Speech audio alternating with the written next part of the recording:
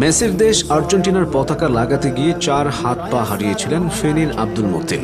2014 সালের বিশ্বকাপ চলাকালীন সময়ের কথা। আর সবার মতো আব্দুল মতিনও তার প্রিয় দল আর্জেন্টিনার পতাকা টাঙানোর জন্য ছাদে উঠেছিলেন। তখন সকাল 10:30 থেকে বেলা 11টার মতো বাজে। মতিন আর্জেন্টিনা ও বাংলাদেশ দুই দেশের পতাকাই নিয়েছিলেন। ফেনীর দাগনভূঞায় তার ছোটখাটো ব্যবসা। মতিনের ল্যাপ, তোশক, সোফা, পর্দা বিক্রির দোকান ছিল।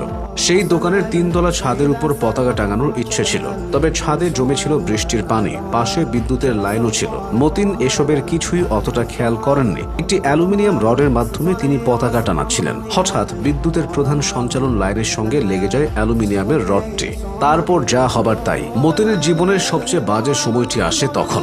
মুহূর্তেই ছিটকে পড়েন পাশের দেয়ালের ওপর। তখনই হুঁশ হারিয়ে ফেলেন। এলাকার শুভাকাঙ্ক্ষীরা সবাই মিলে গুরুতর আহত মতিনকে নিয়ে হাসপাতালে যান। মতিনের অবস্থা এতই খারাপ ছিল যে স্থানীয় হাসপাতাল থেকে দ্রুতই পাঠিয়ে দেওয়া হয় ঢাকা মেডিকেল কলেজের বার্ন ইউনিটে।